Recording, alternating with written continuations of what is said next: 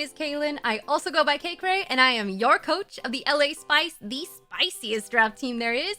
And welcome to the team builder for week number 4. It is going up a little bit late today because we had to do the battle late. And we have to keep all of the spicy techs that we're bringing this week a secret, at least until the battle. Which, by the way, the techs are incredibly spicy this week. They just keep getting cooler, and I'm so excited about them, and I hope you guys enjoy them. And yeah, let's go ahead and get into it.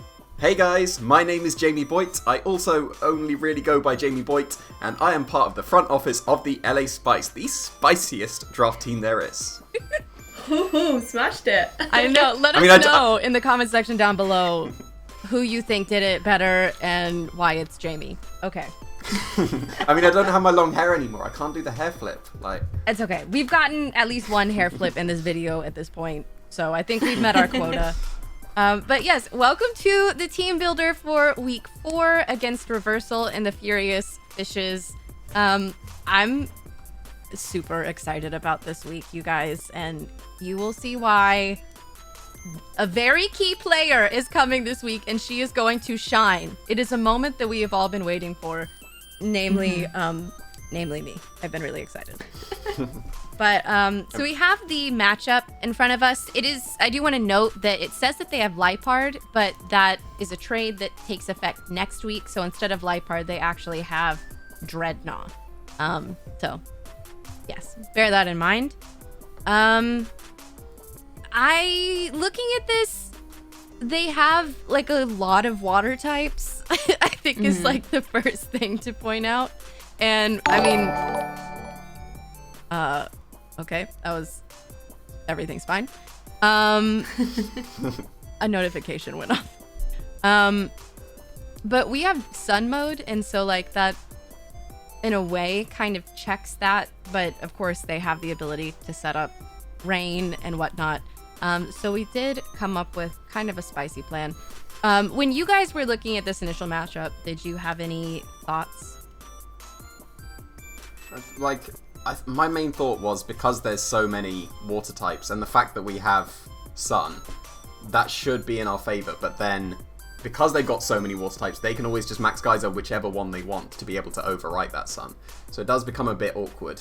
The Venusaur would be great against the water types, but then it's still facing down something like Gyarados, which is a flying type that does very well against it as well.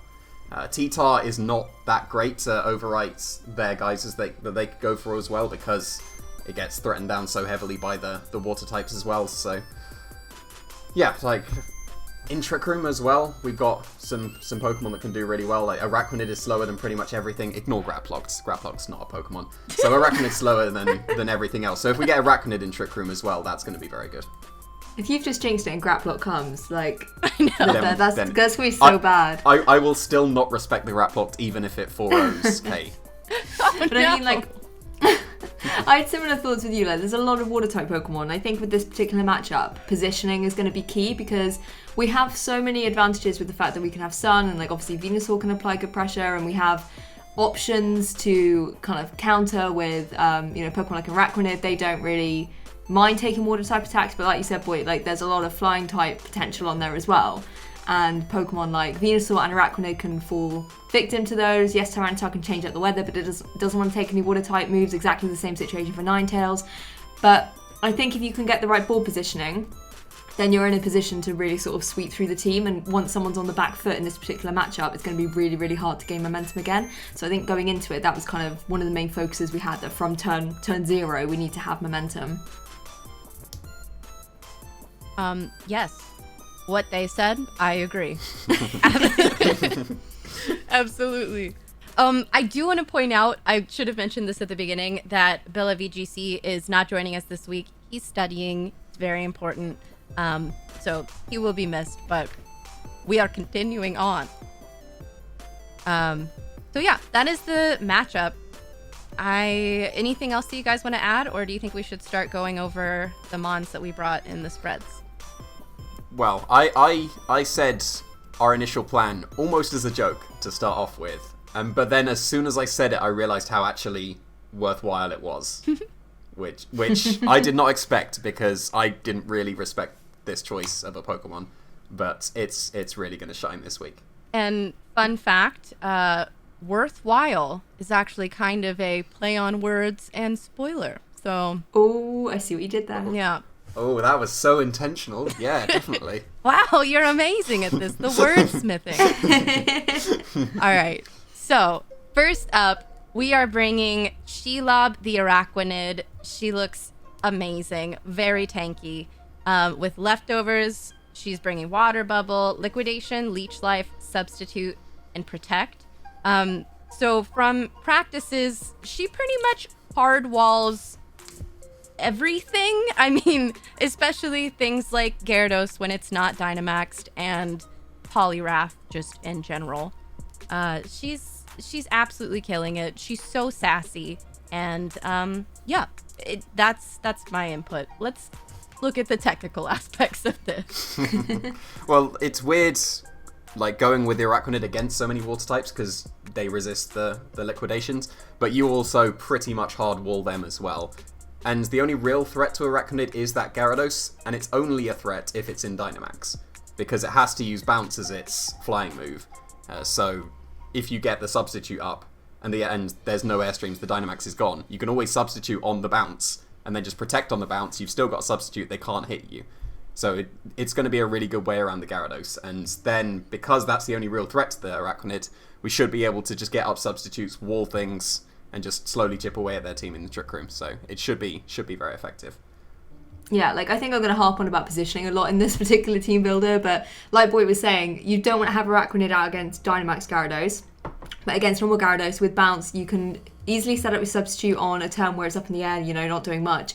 And then if you can be in a good position where you can tank the attacks, you've then got the leftovers on there for some recovery, obviously Protect as well. And we all know that classic kind of technique of going for something and then Protect, getting some recovery, and constantly regaining some HP. And then having Leech Life on there as well means that you can still deal damage while also regaining HP. So I think if they underestimate Araquanid and leave it on the field, it's going to be able to just wall through the team. And if worst comes to worst, Araquanid can then take the game just by staying alive.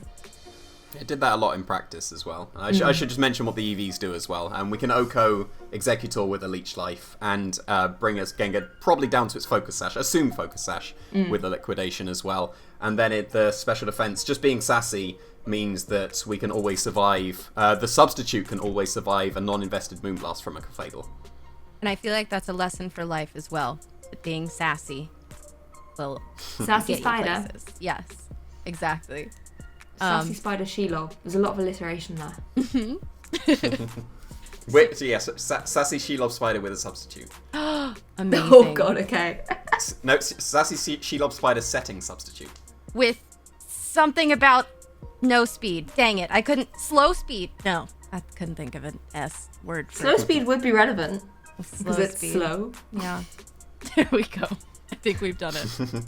All right, so that's Shelob. I mean, pretty much what she's there for is to be a monster in Trick Room and hardwall things and just stay around and be annoying, which we love for her. And up next, Tapu Lele, the Comfy, is coming. With Giga Drain, Floral Healing, Taunt, and Trick Room, we do have that Mental Herb on her to make sure that we can't get taunted ourselves, to prevent the Trick Room from going up, something like that, which is great because we're bringing a lot of slow boys and girls this week. Spoiler alert. Yeah. And clicking Trick Room turn 1 is the plan as well. We're going to be leading with the Comfey. So Yes. Because of the bulk we got, we can survive any move that is thrown at it. Like, within reason, maybe like a Life Orb Sludge Bomb from a Gengar would KO it, but it can survive a Life Orb Max Geyser from a Gyarados, it can survive a Sludge Bomb from a Sash Gengar, so it would have to be doubled up to stop the Trick Room from going up, but then that means that our other lead is just undamaged and free to do whatever it wants, so it wouldn't actually be that bad if it got double targeted, but the fact that it has to be, and because we have the Mental Herb on there as well, means that we're probably getting Trick Room up turn 1. Yeah, not much to add on that. Like, Comfy's quite disruptive in that sense. You can taunt things and shut them down, you can set up Trick Room, and then that throws obviously the speed state into our favour. And things like Giga Drain and Floral Healing can just be really annoying for your opponent to have to deal with. So she may look cute, but she's definitely a little bit feisty. Yeah.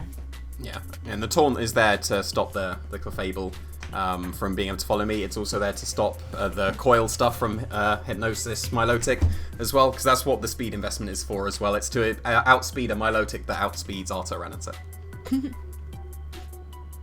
I really love all of the like specific mind games that go into it, especially with EVs and stuff, because I don't know what I'm doing there, but I don't know. It's very interesting. We're outspeeding a Milotic that outspeeds a T-Tar.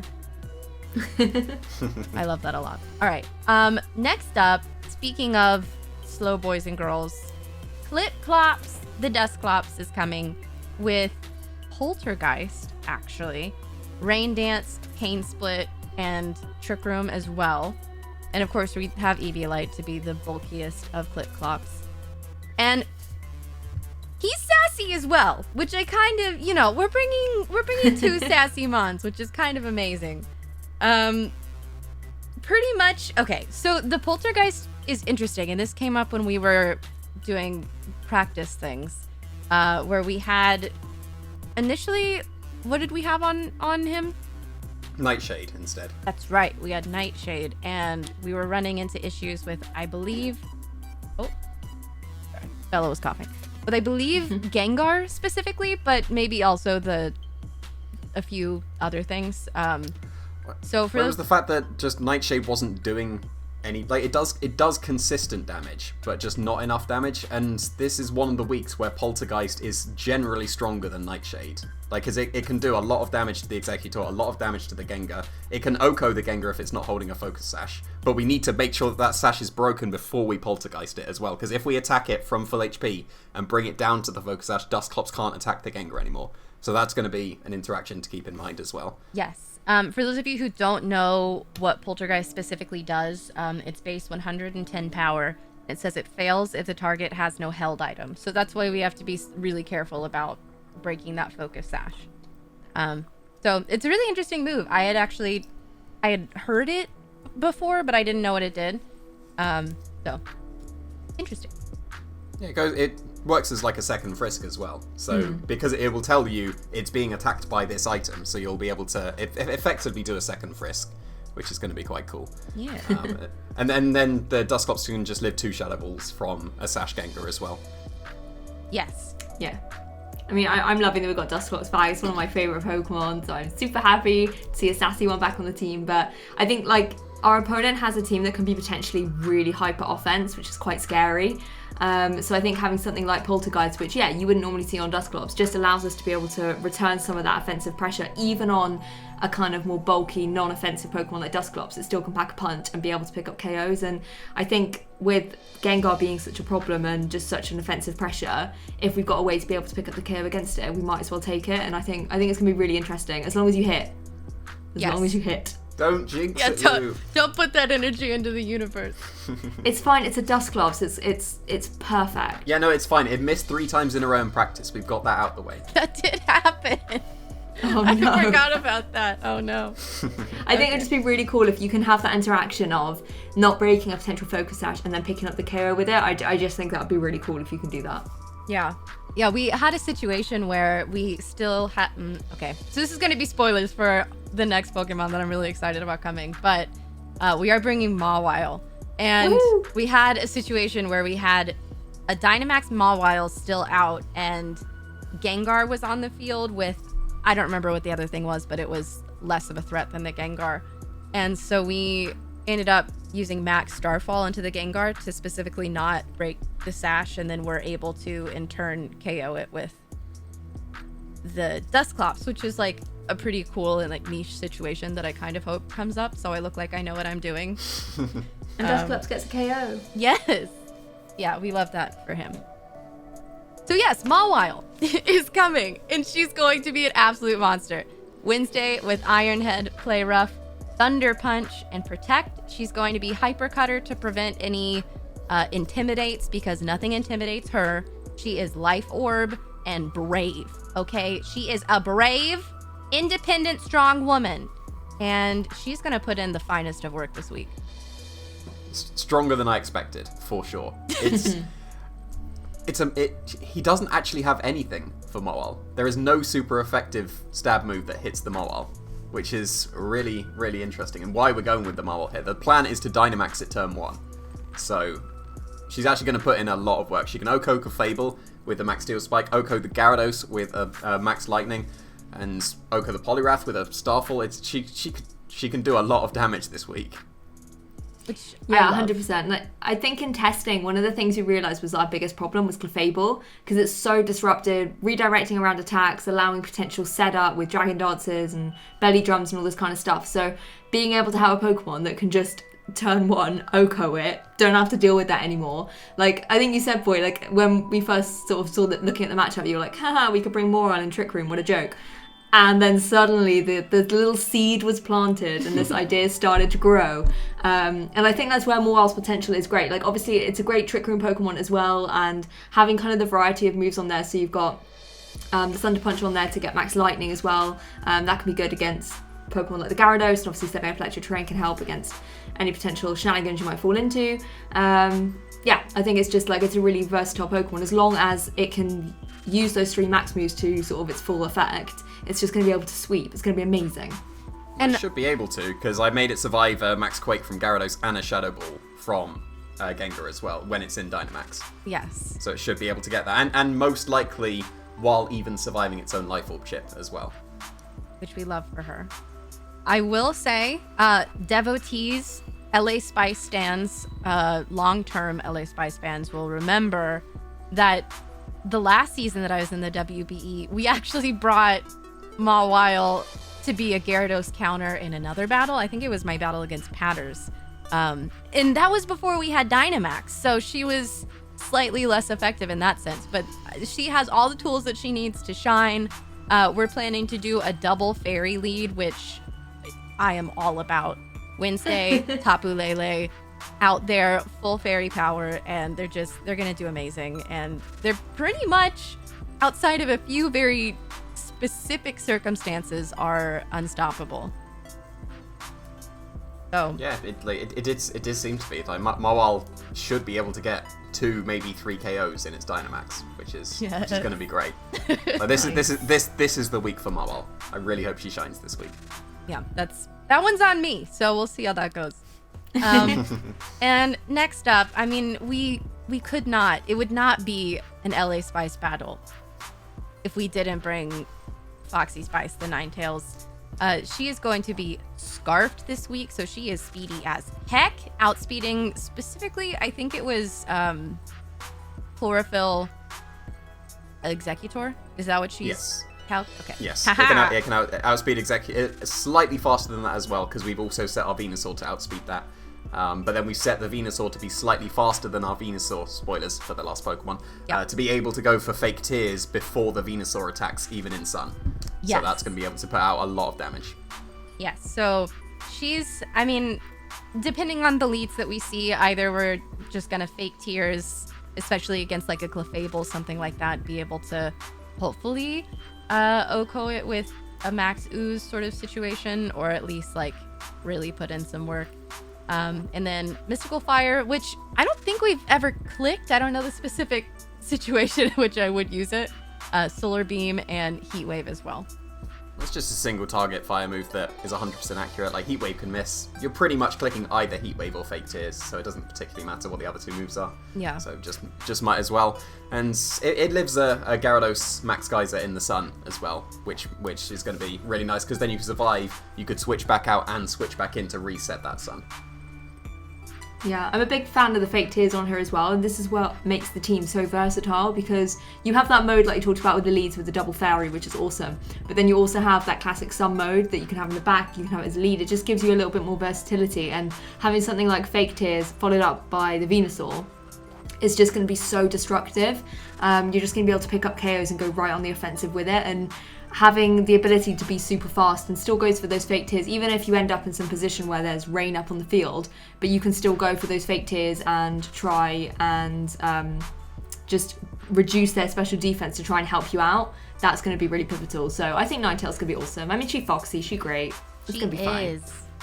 And I know that you guys may be looking at the team so far and you're like, okay, so far we've seen 4 extremely slow Mons, and now we randomly have a Choice Scarf Ninetales, which is I mean, we've already talked about going to have chlorophyll Venusaur, so how is there any sort of meshing happening there? Well, let me tell you guys. Plant with room service, which I didn't know was an item that existed, and I'm really excited about it. I'm gonna let Jamie explain this one because it's really spicy. Yeah, when I was looking at the speeds, EVing the Venusaur, you have no idea how happy I was to find out that we can outspeed Executor by 1, so we'll outspeed it in the sun. But then, we can underspeed a Clefable at -1 speed if the room service is activated. So if we're in Trick Room, Venusaur then has -1 speed. So it'll be able to underspeed everything as well. So it can go super fast and super slow.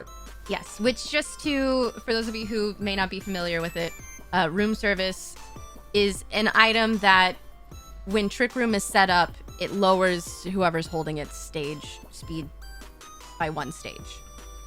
So that's a pretty cool, like very niche tech situation that we're getting to bring this week. Yeah, it's going to be really cool. Like that was one of the main reasons we had Rain Dance on the Dusclops as well. That was also pairing with the Arachnid to boost its liquidations, but it also means that if we've led with Sun, switched in Dusclops and set Trick Room, we can then click Rain Dance on that turn to get rid of the Sun and slow our Venusaur right down. Yeah, there's just really good synergy with all of this, and having things like Earth Power on there for the Gengar is really, really nice. Like, Gengar losing Levitate was one of the best things that ever happened to that Pokemon, I'm not gonna lie. No, it wasn't. No, for us. Bring back Levitate! Imagine if it still had Levitate right now. We'd be so sad. Earth Power, though, is really, really good for that, obviously, and then it allows you to, if you're max, boost up your special defense. There's just so much versatility with the moves that Venusaur's got, and the fact that there's this amazing niche situation where you have that room service, get your little snack, get really, really full, so then you become slow and sluggish in Trick Room with the potential to get rid of the sun is just really, really nice for this Venusaur. And again, this is where I harp on about the positioning, because there's a few variables you need to be able to do to get that to happen. Obviously, you need to have the Trick Room up, then you have to have Dusclops setting up Rain Dance and everything like that. So if it can happen, though, it's going to really tilt your opponent, because I don't think in a million years they're going to be able to predict this. So when it happens, it's like, oh my gosh, what's happening? How do I deal with this? And then they have to adjust while once again you have the momentum and you can just start sweeping through the team. And for those of you who are seeing Frenzy Plant up there over the Giga Drain or Leaf Storm that we've been running, specifically when we are usually Gigantamaxed, but we could fire off a super strong Frenzy Plant not maxed as well. It allows us to do enough damage on the Gyarados that we either have a chance to knock it out or it will be knocked out after Vine Lash damage. So that was if we go for an Ooze. So we're predicting Clefable Gyarados as the lead. So in that case, we could go for Fake Tears Ooze to KO the Clefable, which is guaranteed because of the special attack. And then the +1 special attack Venusaur going for a Vine Lash into the Gyarados and -2 special defense from the Fake Tears should be KOing it straight up, or definitely with the Vine Lash chip as well. Yes, that's what I meant to say. Yeah, because if the Venusaur's being brought, it's Gigantamaxing turn 1, so it doesn't actually really matter what moves. It's clicking those other 3 turns. So it just wants the most damage that it can do. Also, specifically, we do live 1 max airstream from Gyarados. So if it's not Life Orb, it's guaranteed. If it is Life Orb, we still probably survive. But that was the best I could do with this. Like, I definitely wanted that speed stat. That speed stat made me so happy. And then the special attack was for the Clefable. So it's just the best that it could do, really, to survive the airstream. And I think it's 69% of the time it survives. So that's pretty good odds. Nice.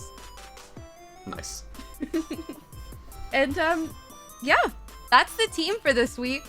I'm super excited. There are a lot of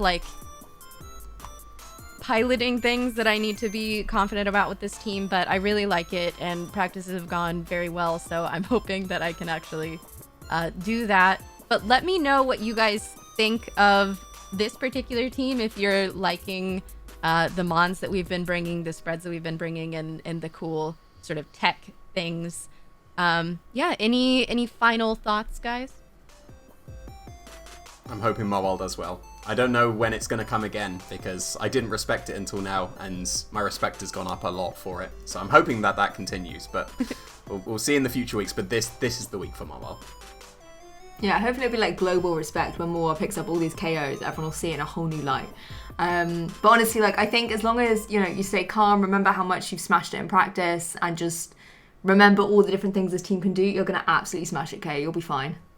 This is the part of the team builder where Lou makes me feel good about myself. We had one last week. I'm glad that we're bringing it back this week. I appreciate you. But yes, I'm super excited about this team. Thank you guys for listening to this. Remember to go check out Lou and Jamie. And, you know, Billa isn't here today, and neither is Gabby or Jokario, but they're all lovely. Bella's coughing. Everything is fine. So yeah, check out all of them. They're all truly amazing. If you're enjoying these sets, if you think that they're spicy, then it's only half of the spice that they're doing over on their respective channels and whatnot. So go check them out. And yeah, remember to leave a like on this video and subscribe if you haven't already. Keep an eye out for the premiere of the battle tomorrow. And yeah, tune in next time for more shenanigans. Bye!